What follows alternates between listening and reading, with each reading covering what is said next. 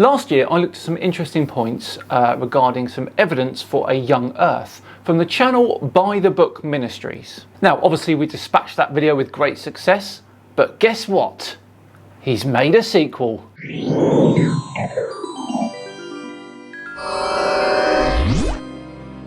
Hello all and welcome along to another Tinfoil Tuesday with me, Simon Dan. Thank you very much for joining me. Before we begin today, a huge thank you, a massive thank you to the sponsors of today's video, Blinkist. Does it ever happen to you that you just want to read a book but you don't have enough time?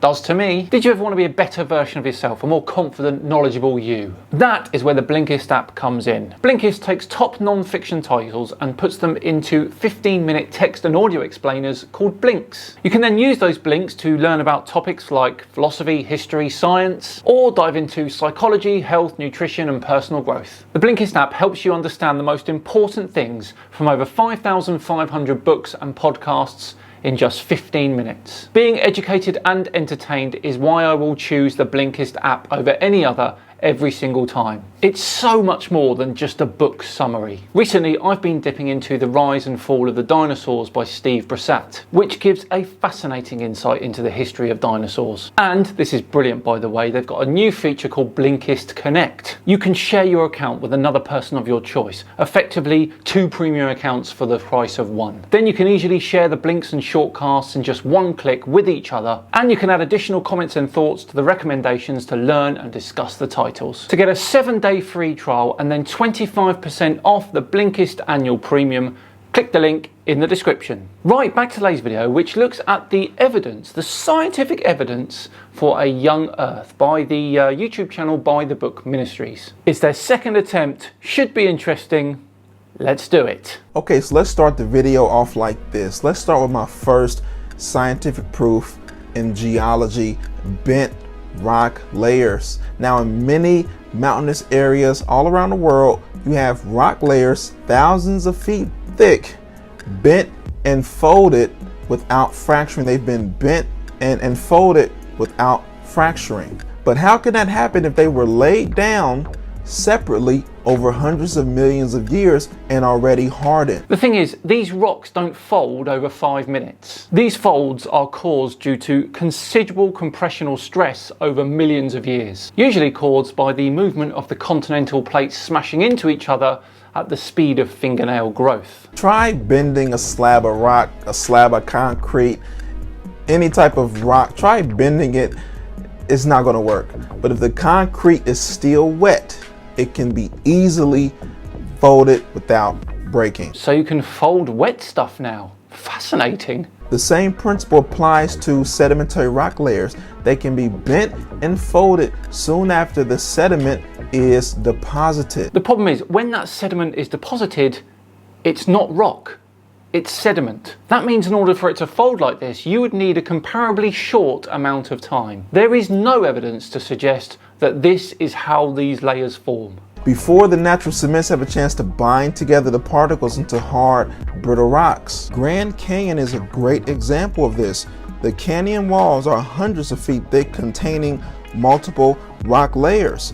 Yet somehow this whole sequence of rock layers was bent and folded without fracturing. Well, as discussed, this is a very slow process. And with the Grand Canyon, this is only visible because the Colorado River cut its way through it over time. Again, something which would have taken millions and millions of years. But that's impossible if the first layer, the Tapete Sandstone, was deposited over North America 460 million years before being folded. But if it all happened during a recent global flood, those layers will still be relatively soft and pliable.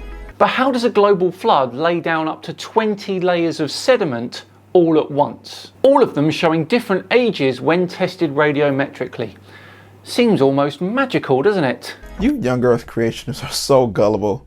Don't you realize that heat and pressure are the results for the folded rock layers? Ignore that guy for this reason. Yes, heat and extreme pressure can most definitely soften rock. What was that? Yes, heat and extreme pressure can most definitely soften rock. I'm sure there is a but coming here. But it also transformed the rock into metamorphic rock, quartzite, or marble. But that's not what the scientists found. The Tapeats sandstone is still sandstone, sedimentary rock. Yes, because sedimentary rock is formed differently to metamorphic rock. Sedimentary rock is formed near the Earth's surface, as we explained, with many layers of sediment becoming compacted and cemented over millions of years. Metamorphic rock is formed due to high temperature and pressure deep within the Earth. And the driving force of that is the very heat and pressure that it's subjected to. The driving force behind the sedimentary rock formation is the compacting of the sedimentary layers on Earth's surface. A really, really big difference. Only a cataclysmic event like a global flood can account for all of the massive amounts of sedimentary rock found all over the continental United States. Other countries are available for geological review. The next reason is found in biology, soft tissue in dinosaur fossils. Now, the majority of people I talk to, whether it be on college campuses, online, or anywhere, believe the universe and the Earth are very old. They accept this based on the prevailing view that dinosaurs died 65 million years ago and the fact that we have dinosaur fossils. We don't accept that age of Earth because of dinosaurs. It's just one of the things that we have evidence for to suggest that the Earth is a lot older than 6,000 years. But a recent discovery by Dr. Mary Schweitzer challenged this age-old assumption. Bone slices from the fossilized thigh bone of a Tyrannosaurus rex found in the Hell Creek Formation of Montana were studied under the microscope by Schweitzer. To her amazement, the bone showed what appeared to be blood vessels from the type seen in bone and marrow, and these contained which appeared to be red blood cells with nuclei. I'm just going to stop you right there, buddy, because this has now been explained in full. The iron in the T-Rex's blood preserved that tissue after its death. In 2013, Schweitzer herself, the lady that discovered the tissue, published a paper on her findings. I'll leave a link to that in the description and we will move on. My next evidence comes from paleontology, living fossils. Creatures like jellyfish, horseshoe crabs, coelacanths, and many more are living proof of a recent creation. These animals were thought to have gone extinct millions of years ago, yet they're still alive today. For example, horseshoe crabs show up in the fossil record some 450 million years ago, according to old Earth dating. And then they suddenly disappear for hundreds of millions of years, yet they're alive right now and they've remained unchanged for allegedly millions of years. Unfortunately, this is also a very common misconception. Molecular studies show that these crabs are actually very different and only really have a superficial resemblance. Sometimes evolution paints with the tiniest of strokes. An unchanged, settled environment will do that. The scientific community has easily debunked this claim. It's called the Lazarus effect. The Lazarus effect does not sufficiently explain how an animal can be dead for millions of years, suddenly reanimate itself, and come back to life. Totally agree with you. I postulate that it never went extinct in the first place. Instead, the fossil record shows that a global flood occurred only thousands of years ago that buried entire ecosystems. And although many of these creatures died, they did not go fully extinct. These so-called living fossils never fully went extinct, and the fact that we don't see change or the lack of change throughout the fossil record flies in the face of secular science. Okay, but what about the animals that do show change? Why is it that you dismiss these if that is what you are looking for? And last but not least, population growth. According to some old Earth models and evolutionary timelines, Homo sapiens diverged from chimp-like ancestors 3 to 6 million years ago. In that case, there should be multiple billions of people alive today.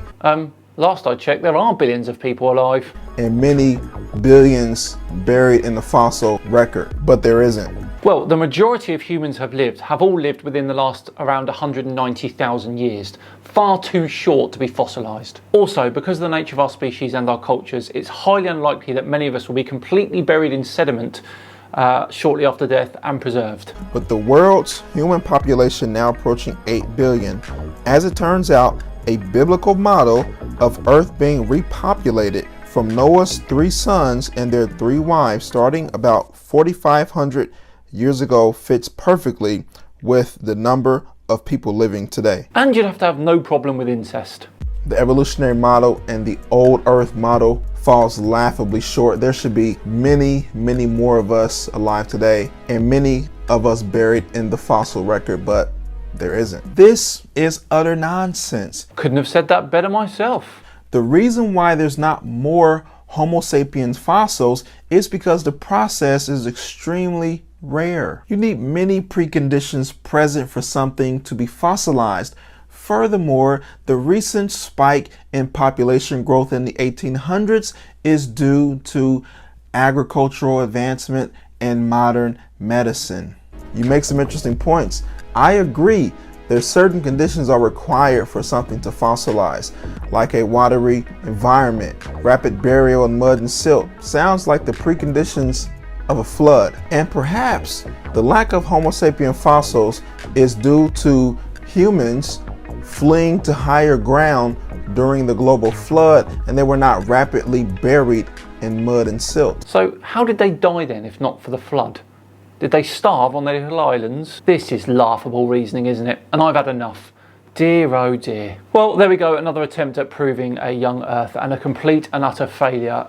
We're done. We're done for another Tinfoil Tuesday. We are all done and dusted. Thank you so much for watching. If you enjoyed it, please do consider subscribing to the channel. And if you really, really liked it, hit that like button as well. Just enough time to once again thank Blinkist for sponsoring today. If you would like a free 7-day trial and then 25% off the Blinkist annual premium, then click the link in the description. I've been Simon Dan. Have yourselves a great day, and I'll see you all tomorrow for another Misconception Mini. See you then.